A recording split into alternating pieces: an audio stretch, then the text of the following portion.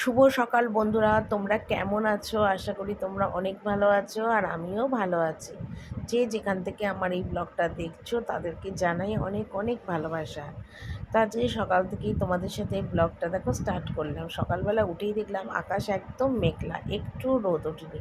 মনে হচ্ছে যেন এক্ষুনি বৃষ্টি আসবে। তো রোজই বৃষ্টি আসে, বৃষ্টি পড়ে, সেই কারণে না ছাদের গেটটা খুলিও না, আর ছাদে এসে একটু ঘোরাঘুরিও করি না, আর দাঁতও মাজি না, কিচ্ছু করি না। কিন্তু আজকে যেই দেখলাম মেঘলা আকাশ, বেশ সুন্দর একটা হাওয়া হচ্ছে, গাছের পাতাগুলো দেখো নড়ছে। তো ভাবলাম চলো আজকে ছাদের থেকেই ব্লগটা শুরু করা যেতে পারে। তো সকালবেলায় ওই জন্যেই ছাদে একটু ঘোরাঘুরি করছি আর দাঁত মাজছি। যদিও আজকে সকালবেলা ছাদে অনেকক্ষণ সময় কাটিয়েছি গো, অনেকক্ষণ সময়, কিন্তু সেটা পুরোটা ভিডিও কিন্তু তোমাদের কাছে শেয়ার করি। ছাদে এত সুন্দর একটা হাওয়া দিচ্ছে, মানে এসিকে হার মানাবে এত সুন্দর। আমি এসির হাওয়া খেতে ভালোবাসি, কিন্তু কি বলো তো, এসির থেকে না আমার প্রাকৃতিক হাওয়া, গাছপালার যে বাতাসটা হয় না, সেটা আমার বেশি আরাম লাগে, বেশি ভালো লাগে এই গরমকালে। আর এত হাওয়া দিচ্ছে, তোমরা দেখেও বুঝতে পারছো, ভীষণ হাওয়া দিচ্ছে, এত ঠান্ডা ওয়েদারটা, মানে কি বলবো, মনে হচ্ছে একটু পরে বৃষ্টি নামবে। তো ভাবলাম চলো বৃষ্টি নামার আগেই ছাদে একটু ঘুরে নিই। অনেক দিন ধরে আকাশও দেখি না, গাছপালাও দেখি না, একটু দেখি, একটু ঘুরি, আশপাশে বাড়িঘরগুলো দেখি, রাস্তার লোকজনগুলো দেখি। সকাল সকাল বেশ মনটা আজকে না ভালো লাগলো সকালবেলা। আর ২-৪ দিন ধরে মনটা না আমার এখন অনেক আনন্দ আছে, অনেক আনন্দ। হারানো জিনিস যদি ফিরে পাওয়া যায় না, সেই আনন্দ কিন্তু অনেক বেশি হয়। কোনো মানুষ দূরে চলে গেলে সেই মানুষ যদি কাছে চলে আসে, সেটাতেও কিন্তু মনের মধ্যে বিশাল একটা আনন্দ হয়, আমি অন্তত মনে করি। আমার ভীষণ ভালো লাগে সেটা। মনের মধ্যে সত্যি একটা আলাদা আনন্দ, আলাদা খুশি যেন আমি ফিরে পেয়েছি। আমি তোমাদের বলে বোঝাতে পারবো না। তো যাকে, এদিকে দেখো সকালবেলা দাঁত মাজলাম, মুখ ধুলাম, আর এদিকে দেখো সিঁড়ি মুছছি। অ্যাকচুয়ালি বসার ঘরটা ঝাড় দিয়েছি আজকে সকালবেলা উঠে।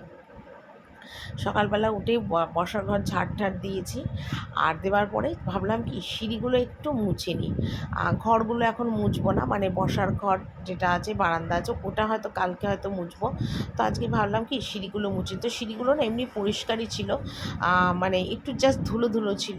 তো আমি ভাবলাম কি যে একটুখানি ন্যাকড়া দিয়ে মুছে নিই, ভিজে দিয়ে, তাহলে ওপরে যে হালকা নোংরাগুলো আছে সেগুলো উঠে যাবে, মানে পরিষ্কার হয়ে যাবে আর কি। তো সেই জন্যে সিঁড়িগুলো একটু মুছে দিচ্ছি। তোমাদের দাদাভাই কিন্তু এখনও ঘুম থেকে ওঠেনি। যদি ঘুম থেকে উঠে দেখে যে আমি এইসব কাজকর্ম করছি, তাহলে আমার হয়েছে আজকের কর্ম। তো সেই জন্যে কিন্তু আমি এখন সিঁড়ি টিড়িগুলোই দেখো একটু মুছে পরিষ্কার করছি।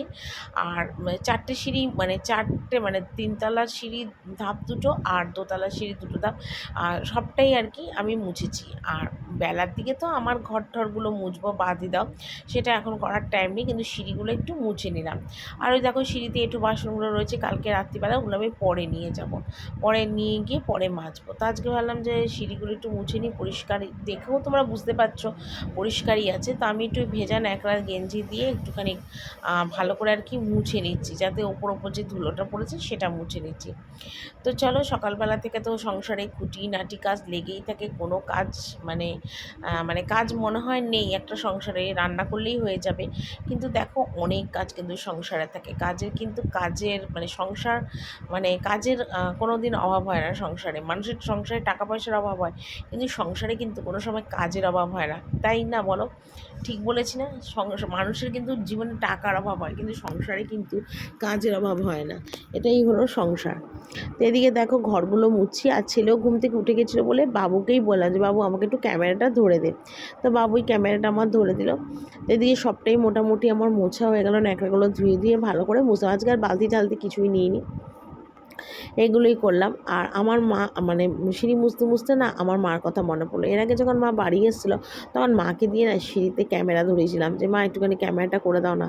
মা ক্যামেরা করে উঠতে বসতে না মার কথা অনেক মনে পড়ে, অনেক মনে পড়ে। এই মাই কিন্তু আমার জন্য অনেক কষ্ট করেছে। আমার মা আমার জীবনে অনেক মূল্যবান সম্পদ। আমার মা, একটা মায়েদের যেমন সন্তানরা হয় মূল্যবান সম্পদ, তেমনি কিন্তু একটা মেয়ে হোক ছেলে হোক, তবে বিশেষ করে ছেলেদের ছেলে থেকে মেয়েদের কথাই বলছি, মেয়েদের কাছে কিন্তু মা বাবারাও কিন্তু একটা মূল্যবান সম্পদ।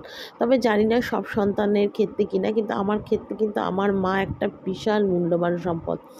আমি আমার মাকে অনেক ভালোবাসি, রেসপেক্ট করি, আবার মাঝে মাঝে একটু রেগেও যাই। খুঁটিনাটি নিয়েও মার সাথে অনেক সময় একটু খুঁটিনাটি লাগে, কিন্তু সেটা আমরা মা মেয়ে ঠিক বুঝে শুনে আবার অ্যাডজাস্ট করে নিই। তো আমার মাও আমাকে অনেক কষ্ট করে মানুষ করেছে।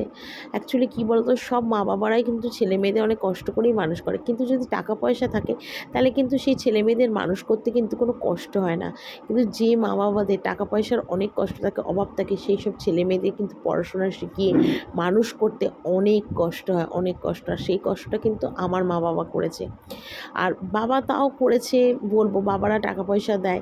সেই টাকা পয়সারও যদি সমস্যা থাকে, অভাব থাকে, তাহলে সেটাও কিন্তু অ্যাডজাস্ট করে বড় করা অনেক কষ্টকর। আর আমার মাও কিন্তু অনেক কষ্ট করেছে। আমার মা জীবনে অনেক ত্যাগ করেছে, অনেক কিছু করেছে। আমার মা আমার জন্য গয়না পর্যন্ত বিক্রি করেছে। আমার মা বিয়ের সময় যে গয়না পেয়েছিল, অনেক টুকটাক সোনার কানের, গলার হার, হাতের চুড়ি, বাউটি, অনেক কিছু আমার মা না বিক্রি করে দিত। ছোট, ছোট টুকরো সোনার দোকানে গিয়ে বিক্রি করত। কেন করত জানো? আমার বাড়িতে অভাবের সংসার ছিল। আমার বাবা যেইটুকুনি টাকা রোজগার করত, সেইটুকুনি টাকা রোজগারে আমার পড়াশোনার পিছনেই না খরচ হয়ে যেত। আর পিসি ঠাকুমা ছিল, পিসি ঠাকুমা সংসারটা চালাতো। তার জন্য আমার বাবা যে চাকরি করে টাকা পেত, সেই টাকাটা যৎসামান্য দিয়ে আমার মা মানে তো ওই সোনার যে ছোটো ছোটো টুকরো, সেগুলো না মা বিক্রি করতো করে, জানো তো। আমার বাড়িতে খাওয়ার অনেক কষ্ট ছিল, অনেক কষ্ট, মানে স্কুলে যেতাম, একটু ভাত ডাল খেয়ে চলে যেতাম, আর বাড়িতে যখন ফিরতাম তখন না, মানে একবেলা রান্না হতো, তো আমার দুবেলার মানে রান্নার খাবার দাবার কিছু থাকতো না আমার বাড়িতে। মানে তখন আমার মা কী করতো জানো তো, জলের মধ্যে পান্তা ভাত মিশিয়ে, মানে পান্তা ভাত করার জন্যে গরম ভাতে ঠান্ডা জল মিশিয়ে রাখতো। আর আমাদের পাশে না একটা চপের দোকান ছিল, একটা বউ চপ বিক্রি করতো, সেখান থেকে না ১ টাকা ১.৫ টাকা করে দুটো চপ, কোনোদিন পয়সা না থাকলে একটাও চপ এনে মা রেখে দিত। আমি স্কুল থেকে ফিরতাম 4:30টার সময়, এসে আমি সেই পান্তা ভাত আর চপ খেতাম। কারণ একবেলা ভাত খেয়ে যেতাম, ডাল ভাত খেয়ে যেতাম। তারপরে যে আমার মা পরের বেলা একটা খেতে দেবে, সেই ভাত খাবার কোনো তরকারি, মাছ, ঝোল কিছু থাকতো না। তো সেই জন্যে মা ওই রকম জল ঢালা ভাত আর একটা করে আলুর চপ বা দুটো আলুর চপ আমি খেতাম রোজ স্কুল থেকে এসে। তো সেই কষ্টগুলো আমি পেতাম। তো আমার মার না খুব কষ্ট হতো যে আমাকে এরকমভাবে খেতে দেয়। তো মা ভাবতো কি যে যদি সোনার মানে চাকরি বাকরি তো আমার মা করতো না, আর বাবার সেই সামর্থ্য ছিল না মার হাতে কিছু পয়সা কড়ি দেবে। তো সেই জন্যে মা কী করতো বলো তো, সেই সোনার টুকরো টুকরো সোনা বিক্রি করে দিত আমার চোখের সামনে, আমাকে নিয়ে গিয়ে বিক্রি করে যে টাকাটা হতো। তখন তো সোনার দাম অনেক কম, আজ থেকে আমি তোমাকে 25 বছর আগের কথা বলছি, 22-25 বছর আগে। তখন সোনার দাম অনেক কম। তখন হয়তো বিক্রি করে 200 টাকা, 300 টাকা, 400 টাকা এরকম পেত। সেই বিক্রি করে আমার মা না আমার বাজারে নিয়ে গিয়ে, মানে হোটেলে আর কি, আমাদের যে বাজার আছে আর কি, সেখানে নিয়ে গিয়ে হোটেলে, তাও খুব দামি হোটেল না, কম দামের হোটেল, সেখানে নিয়ে গিয়ে আমার মা ওই দুটো রুমালি রুটি আর একটু চিকেন কষা খাওয়াতো, মাঝে সাঝেই খাওয়াতো। তখন সেই রুমালি রুটির দাম ছিল 1 টাকা করে, 2 টাকা, আর চিকেন কষার 1 প্লেটের দাম ছিল 12 টাকা, 14 টাকা। সেই দিয়ে মা আমাকে খাওয়াতো। যেহেতু আমার খাওয়ার কষ্ট, আমার ঠিকমতো খাওয়া হয় না, সেই করতো। তারপর অনেক সময় মা ম্যাগি এনে খাওয়াতো, কোনো সময় একটা ডিম সিদ্ধ এনে শুকনো ভাত দিয়ে আমি খেতাম। এইগুলো মা আমায় করতো। এমনকি মা আমাকে মার যে শাড়ি ছিল, সিনথেটিক শাড়ি পরতো আমার মা খুব, সেই শাড়ি টেলারের কাছে নিয়ে গিয়ে মাপ করে আমায় চুড়িদার বানিয়ে দিত। কারণ আমি একটু বড় হয়েছি, আমার অনেক জামা কাপড় লাগে, পরতে যাই, বন্ধু-বান্ধব আছে, তো আমাকে তো জামা কাপড় কিনে দিতে হবে, কিন্তু কিনে দেওয়ার সেই সামর্থ্য আমার মার ছিল না। সেই জন্যে মার পরার শাড়ি মা আমাকে চুড়িদার বানিয়ে মা আমাকে পরাতো। এতটা কষ্ট করতো মা আমায়। তবুও মা বুঝতে দিত না, কিন্তু আমি বুঝতাম মা বাবা যে এতটা কষ্ট করছে, মা এতটা কষ্ট করছে। আমি কোনো দিন আমার মার কাছে, বাবার কাছে কোনো রকম ডিমান্ড করিনি, এটা খাবো, এটা পরবো, এইভাবে চলবো, এটা ঘুরবো, কোনো দিন বলিনি। কারণ আমি সবসময় সেই কষ্টটা কিন্তু বুঝতাম যে কীভাবে করছে। আমি বুঝতাম, সেই জন্য কোনো দিন তাদের কাছে আমি বলিনি, বা তারা আমায় যে করতে পারতো না, তার জন্যে মা বাবাকে কোনো দিন আমি খোঁটা দিইনি, কোনো দিন অশান্তি ঝামেলা করিনি। কোনো দিন না, মানে খাওয়া পড়া সমস্ত কিছুর অনেক কষ্ট করেছি। আজ তোমাদের কাছে ভয়েসটা দিচ্ছি তাতেও না আমার চোখ দিয়ে জল পড়ছে। সত্যি আমার মনটা খুব কষ্ট হচ্ছে যে এত কষ্ট, সেই জন্যেই না আমি আজ চাই আমার মাকে অনেক ভালো রাখার, অনেক ভালো রাখার। তোমরা যদি আমার সাথে থাকো, পাশে থাকো, নিশ্চয়ই আমার মাকে আমি অনেকটা ভালো রাখতে পারবো। আর বাবার জন্য তো কিছুই করতে পারলাম না, বাবা তো চলেই গেল। বাবার জন্য আমি কিচ্ছু করতে পারিনি, যেটুকুনি পেরেছি না করার মতো। তো তার ভাগ্যে হয়তো নেই, সেই জন্যই করতে পারলাম না, কিন্তু মা তো আছে। তাই সবসময় ভাবি মার জন্য কিছু না কিছু করার, যাতে মা একটু ভালো খায়, ভালো পড়ে, ভালোভাবে থাকে। এই চিন্তাটা সব সময় মাকে করি। তো আমার জীবনে মার অবদান অনেক। আর আমার মা আমার কাছে একটা অনেক বড় সম্পদ, আমি সত্যি কথাই বলছি তোমাদের কাছে। বেঁচে থাকতে না মা বাবার জন্যে করো, মরে গিয়ে মা বাবার জন্যে করে আর কি হবে বলো? মরে গিয়ে মা বাবার সঙ্গে মিষ্টি, ধূপকাঠি, ভালো কাপড় দিয়ে তো কোনো লাভ নেই, তারা যদি ভোগই না করতে পারে, তাই না বলো? আমার কথা ঠিক বলছি কি না তোমরা আমাকে কমেন্টে রিপ্লাই দিও, ঠিক আছে? তো এদিকে অনেকগুলো কথা তোমাদের কাছে শেয়ার করলাম, আর ওদিকে দেখো টুকটাক সংসারের সকালের সমস্ত কাজকর্ম সেরে নিচে চলে এলাম। আর এসেই দেখো গ্যাস মুছলাম, টেবিল মুছলাম, আর এখানে করছি লিকার চা।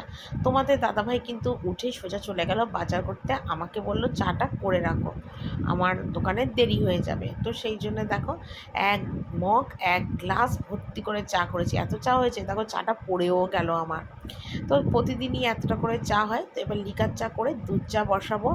আর দুধ চাটা বসিয়ে কমিয়ে রাখবো ইন্ডাকশন ওভেনে। তারপর দেখো আমি এখানে চা খেতে বসে গেছি, ওষুধ নেওয়ার ছেলেও নিচে চলে এসছে, তবে ওর বাবা না এলে ছেলে খাবে না চা। ওই জন্য ছেলে একটু ঘুরপাক খাচ্ছে, কারণ ওর ছেলে সবসময় ওর মার সাথে, ওর বাবার সাথে, ঠাকুমার সাথে চা খায়। তো সেই জন্যেও মানে আমি দিই না চা, যে না ওদের সাথে খাবে খাক। আমি এদিকে দেখো মেরি বিস্কুট আর চা খাচ্ছি, আর সাথে আমার ইউরিক অ্যাসিডের যে ওষুধ খাই, সেই ইউরিক অ্যাসিডের ওষুধটা খাবো, মানে খাওয়া হয়ে গেছে আর কি, বিস্কুট খাচ্ছি। আর সকালবেলা না এই ওষুধ টষুধ না খেতে একদম ভালো লাগে না, মুখটা এত বিচ্ছিরি হয়ে যায় কি বলবো। কিন্তু কি করব, ওষুধটা তো আমাকে খেতেই হবে, ওষুধ না খেলে তো শরীর ঠিক থাকবে না, কোমরের ব্যথা হবে, হাত পায়ের যন্ত্রণা হবে, তখন আরেক বিপত্তি হবে আমার। তো সেই কারণের জন্যেই কিন্তু আমাকে ওষুধটা খেতে হবে। তো যাকে ওষুধটা খেলাম, নিয়ে এখানে চা বিস্কুট খাচ্ছি। চা বিস্কুট খেয়ে তারপর কি বাজার হাট আনে আমি জানি না, দেখবো আর কি বাজার হাট আনে। তো মাছ তো নিশ্চয়ই আনবে, বললো মাছ নিয়ে আসবো, সবজি বাজার হয়তো আজকে নাও করতে পারে। আর মুদিখানা থেকে তোমাদের দাদাভাই টুকটাক জিনিস আর কি এনেছিল আর কি, যেরকম মানে দুধ, কেলগস, কমপ্ল্যান এইসব, তো সেগুলো নিয়ে এসছে। তো আর এদিকে দেখো তোমাদের দাদাভাই বাজার থেকে নিয়ে এসে কাতলা মাছ, যেটা গরম জলে ধুয়ে নুন হলুদ মাখাবো। আর এদিকে মাছের তেল নিয়ে এসছে, আর আমায় বললো মাছের তেলটা একটু কাঁচা লঙ্কা দিয়ে ভেজে দাও, ও মাছের তেল দিয়ে ভাত খেয়ে যাবে। আর একটা মাছ ভাজা দিতে বললো, মাছ ভাজা দিয়ে খেয়ে যাবে। এমনি তোমাদের দাদাভাইয়ের কোনো খাবার দাবার ঝামেলা নেই, ওর একটু মাছ হলেই ওর হয়ে যায়, মাছ হলেও পুরো খেয়ে নেবে, কিন্তু নিরামিষটা খেতে পারে না। কিন্তু আমাদের বাড়িতে তো সোমবার শনিবার করে নিরামিষ হয়, পূর্ণিমা অমাবস্যায় নিরামিষ হয়, মানে 12 মাসে 13 পার্বণে নিরামিষ হতেই থাকে। ওই জন্য তোমাদের দাদাভাইয়ের একটু অসুবিধা হয় খেতে। তো এদিকে দেখো তেলটা একদম নুন হলুদ মাখিয়ে অল্প একটু তেলের মধ্যে ভাজতে দিয়ে দিলাম। এই তেল ভাজা দিয়েই বললো ভাত খেয়ে যাবো, আর একটা দিলাম কাঁচা লঙ্কা চিড়ে। এদিকে দেখো খুব সুন্দর করে তেলটা ভাজলাম, আর কতটা তেল বেরিয়েছে দেখো মাছের তেলটা দিয়ে। আমি কিন্তু এক ফোঁটা তেল দিয়েছিলাম, তোমরা তো দেখলে, তো তারপরেও কতটা তেল বেরোলো। তো সেই তেলটা দিয়েই খাবে। আর এখানে দেখো সুন্দর করে মাছের তেলটা ভাজলাম, আর এদিকে আমি কেটে নিয়েছি মাছটা যে করব সবজিটা। তো এখানে দেখো সব রকম সবজি কেটেছি, লাউ, গাজর, সজনে, বরবটি, আলু সব দিয়ে আজকে বড়ি ধনেপাতা দিয়ে মাছের ঝোলটা হবে। তো নুন হলুদটা আগে থেকেই মাছটা মাখিয়ে রেখেছি। এদিকে দেখো ডালটা জলে চুবিয়ে রেখেছি, যাতে ডালটা একটু ফুলে বেড়ে যায়, তাড়াতাড়ি ভালো করে সিদ্ধ হয়ে যায়। তো এই সবজিটা আজকে অনেক রকম দিয়েছি, শাশুড়ি বলে এরকমভাবে করো শীতের মতন আর কি, শীতেও না আমি এরকম অনেক সবজি দিয়ে মাছের ঝোল করি, খেতে কিন্তু বেশ লাগে। আর এখানে দেখো বড়ি টড়ি দিয়ে যেরকম মশলা দেয়, প্লেন জিরে ধনে লঙ্কার গুঁড়ো হলুদ গুঁড়ো, সেইভাবেই কিন্তু মাছের সবজিটা একটু ভেজে নিলাম, নিয়ে মশলা দিয়ে কষিয়ে জল দিলাম, আর একটু কাশ্মীরি লঙ্কার গুঁড়ো দিয়েছিলাম কালারটা সুন্দর হওয়ার জন্যে। তো এখানে দেখো সব রকম ঝোল দিলাম, দিয়ে মাছ ভাজাগুলো তো আগেই করে রেখেছিলাম, মাছগুলো দিয়ে দিলাম, দিয়ে ভালো করে ফুটলে মাছের ঝোলটা নামিয়ে নেবো। আর একটু পরে দেবো মানে চেরা রাখা কাঁচা লঙ্কা, কারণ আমাদের বাড়িতে না মাছের ঝোলে আবার কাঁচা লঙ্কাটা খেতে সবাই খুব ভালোবাসে, তো সেই কারণের জন্যে কাঁচা লঙ্কাটা দেবো। তো আলুটা একটু শক্ত শক্ত আছে আর লাউটা একটু শক্ত শক্ত আছে, তাই একটু বেশি জল দিলাম। তো রান্নাবান্না তো মোটামুটি আমার হয়ে এসছে, ভাত, মাছের ঝোল, বেগুন ভাজা, কুমড়ো ভাজা, ডাল হয়ে গেছে। তো হয়ে যাওয়ার পর ছেলেকে ভাত খাওয়ালাম, ডাল, বেগুন ভাজা, মাছ দিয়ে ভাত খাইয়ে দিলাম, খাইয়ে দিয়ে পটল আলুটা বসিয়েছি, একটু ভালো করে ফুটে গেলে তারপর নামিয়ে দেবো, একবার হয়ে গেলে তারপর তোমাদের রান্নাটা দেখিয়ে দেবো। তো পটল আলু বসিয়ে আবার টুকটাক কাজ করলাম, বাসন গুছোলাম, এই দেখো খাবার জল 2 বোতল ভরলাম, বাসনগুলো গুছোলাম, এগুলো টুকটাক করলাম। রান্নাটা হয়ে গেলে কড়াইটা মাজবো আর গ্যাসটা মুছলেই আমার হয়ে যাবে। আর টুকটাক যা খাবার বাসন টাসন, চায়ের বাসন ছিল সেগুলো মেজে একদম জায়গা মতন সব গুছিয়ে ফেলেছি। ঠিক আছে, পটলটা নামিয়ে আমি তোমাদের রান্নাটা একবার দেখিয়ে দেবো। রান্না করেছি দেখো ভাত, এখানে পটল আলুর রসা, সব রকম সবজি মানে শীতের মতন আর কি, সব রকম সবজি দিয়ে মাছের ঝোল, এখানে আছে ডাল, আর এখানে আছে কুমড়ো ভাজা আর বেগুন ভাজা। এটা খাওয়া হচ্ছে সকালবেলা টিফিনে। ঠিক আছে, আর এদিকে দেখো রান্নাঘর ঠান্নাঘর সব ধুয়ে একদম কমপ্লিট, গ্যাস ট্যাস সব মুছে একদম কমপ্লিট। আর এই যে সিঁড়ির তলাটা আজকে ধুলাম, সিঁড়ির তলাটা ভালো করে জল দিয়ে দেখো একদম ধুয়ে, চৌকাঠ ফৌকাঠ একদম ধুয়ে দিলাম।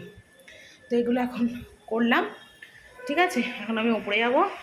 দেখো এখানে জামা কাপড় কাচতে চলে এলাম, আর এদিকে কি হয়েছে, ঘরটার সব মুছেছি, ঘরটার মুছে সোজা চলে এসেছি কাচতে। তো আজকে সকালবেলা কোনো কাচা ধোয়াই আমি কিন্তু করিনি, টাইম হয়নি, কারণ আজকে সকালবেলা উঠে তো দেখলেই কতগুলো কাজ করেছি, সেই জন্য আজকে বেলার জন্য সমস্ত জামা কাপড় রেখে দিয়েছিলাম, তো সেগুলোই এখন কাচছি।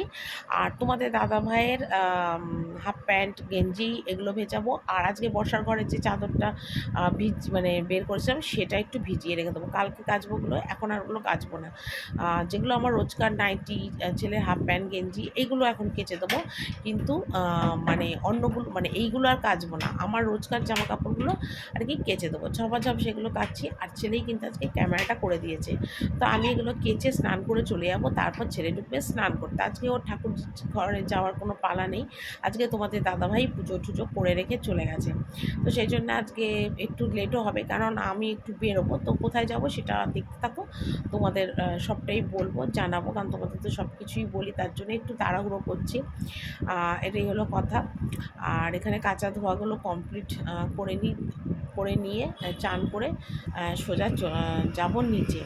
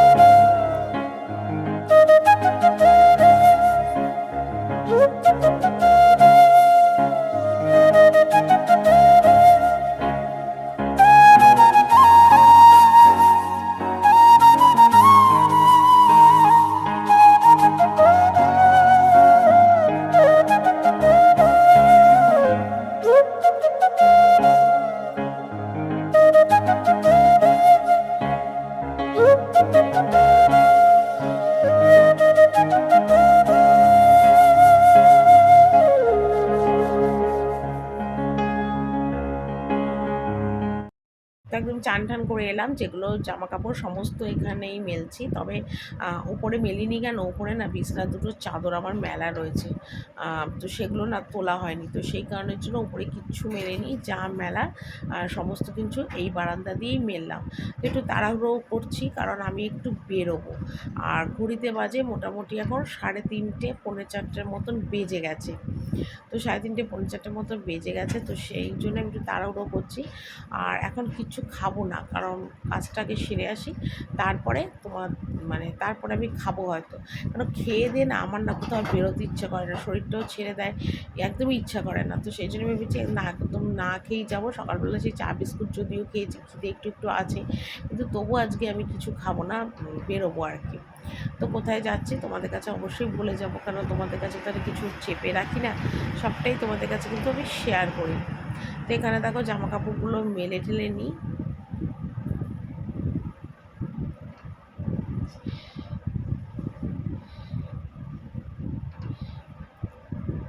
এইমাত্র স্নান টান করে এলাম, জামা কাপড় মেললাম, চুলটা কোনো ঠিকমতো আসলানি, কোনো রকম একটু সিঁদুর করলাম, টিপ করলাম, একটু লিপস্টিক যাবো এখন এটিএমে।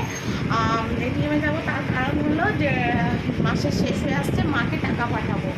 তো সেই জন্যে এটিএম থেকে টাকা পাঠাবো মাকে, তো সেই জন্যে এখন যাচ্ছি একটু ব্যাংকের, স্টেট ব্যাংক, আমার অ্যাকাউন্ট স্টেট ব্যাংক, তবে স্টেট ব্যাংকের অ্যাকাউন্টেই যাচ্ছি। তো মাকে টাকা পাঠাবো এটিএম থেকে, কেননা মা ওখান থেকে আবার টাকাটা তুলে নেবে, ঠিক আছে? তো সেই কারণের জন্য যাচ্ছি, এখনও খাইনি। শাশুড়ি ননদকে বললাম যে তোমরা নিজেরা একটু বেড়ে খেয়ে নিও, আজকে সব তো রান্না করাই আছে, আমি মার টাকাটা একটু দিয়ে আসি। তো চলো আমি বেরোই, পরে তোমাদের সাথে আবার কথা বলবো। তো এটিএম থেকে ফেরার পথে দেখো ঠাকুর ঘরের জন্য এই জিনিসগুলো কিনে নিয়ে এসেছি। একটা এনেছি দেখো ঠাকুর ঘরের মানে চট, পা মোছার একটা দড়ি নিয়ে এসেছি, যেটা ঠাকুর ঘরের টুকটাক ন্যাকড়া চোকড়া মেলা হবে। এখানে নিয়ে এসেছি 7 প্যাকেট মোম, আর ঠাকুর ঘরের 2 প্যাকেট ধূপকাঠি নিয়ে এসেছি। এটা খুব সুন্দর চন্দন ধূপকাঠি, হ্যাঁ, মানে পাশের দোকান থেকেই এনেছি, খুব সুন্দর গন্ধ। আর নিয়ে এসেছি দেখো 2টো স্টিলের প্লেট আর 2টো গ্লাস, মানে একটা গোপালকে দেওয়ার জন্য, একটা আমাদের মাকে দেওয়ার জন্য, মানে নারায়ণী মাকে, গন্ধেশ্বরী মাকে খেতে দেওয়ার জন্যে। আর নিয়ে এসেছি এখানে দেখো সরষার তেল, প্রদীপ জ্বালানোর জন্য, ইমামি হেলদি অ্যান্ড টেস্টি, আর এটা নিয়ে এসেছি। আর এদিকে নিয়ে এই যে 2টো থালা, আর নিয়ে এসেছি এই নীল কালারের বালতিটা, ঠাকুর ঘরে জল রাখা হোক বা ফল ধোয়া হোক, যা হোক এর জন্যে। তো এগুলো নিয়ে এসেছি, তো ভাবলাম চলো তোমাদের একটু দেখিয়ে দিই। এটাই আমি দেখালাম, নিজের হাতের পয়সা দিয়েই কিন্তু এগুলো আমি কিনে নিয়ে এসেছি ঠাকুর ঘরের জন্যে। তো আজকে আর বাড়ি এসে আর ভাত টাত কিছু খাইনি, তাই একটু তাড়াতাড়ি করে চা করলাম। ছেলেকেও আজকে দুধ গ্লাস দিতে পারিনি, বেরিয়ে গেলাম বলে, সব কিনে আনতে আনতে প্রায় 6টা বেজে গেছিলো। তো সেই কারণের জন্য একটু লিকার চা করলাম, ওদের তো দুধ চা দিলাম, আর এখানে আমি একটু চা বিস্কুট খাচ্ছি, আর ছেলেকেও লিকার চা বিস্কুট খেতে দিলাম। আর সন্ধে যেহেতু হয়েছে সেই জন্য আর এখন আর ভাত খেলাম না, আজকে সারাদিন পুরো না খেয়েই রইলাম। আর কি করব বলো, কাজকর্ম করতে গেলে তো সেরমই হবে। আর সেই জন্য একটু চা বিস্কুট খেলাম, খিদেটাও যাতে একটু মরে যায়। আর ছেলেও চা বিস্কুট খাচ্ছে। আর এই সন্ধেবেলাতে চা খেতে খেতেই আজকে ব্লগটা এখানে শেষ করলাম। কালকে একটা সুন্দর আর নতুন ব্লগ নিয়ে চলে আসবো। টাটা।